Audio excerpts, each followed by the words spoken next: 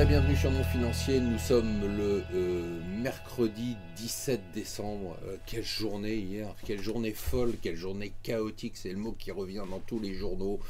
Bien évidemment, l'accélération de la baisse du pétrole et surtout l'effondrement du rouble.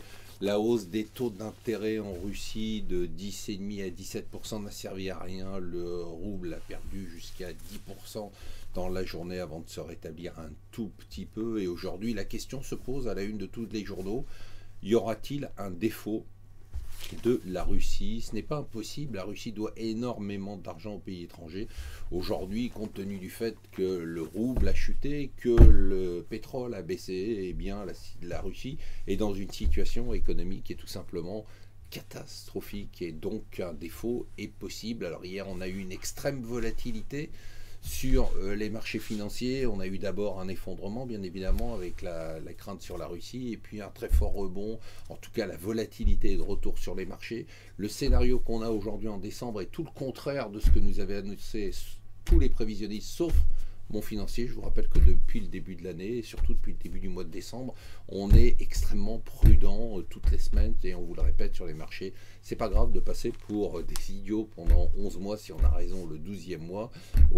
Tous les gens avaient prévu un CAC entre 4500 et 5000 à la fin de l'année. On était un des rares à avoir prévu un CAC négatif. Eh bien, on aura un CAC négatif.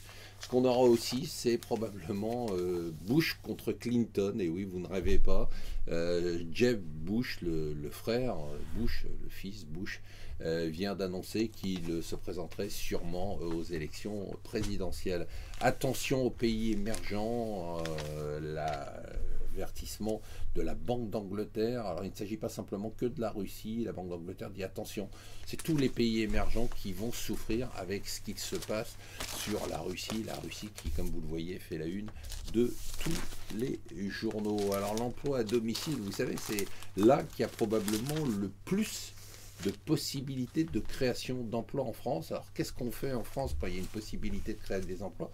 On casse la machine, c'est-à-dire qu'en brisant les avantages fiscaux, eh bien les horaires déclarés, je dis bien, de travail à domicile ont chuté. Pourquoi déclarer? Parce que les gens continuent à employer du monde, mais ils ne les déclarent pas et du coup pas de recettes fiscales.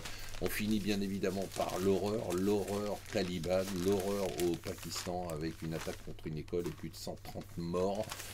Pas de limite finalement dans la terreur, dans l'absurdité, dans l'horreur. On rappelle quand même que le président Barack Obama avait retiré ses troupes d'Afghanistan en nous expliquant qu'il avait réglé le problème des talibans. Voilà, restez avec nous sur Mon Financier.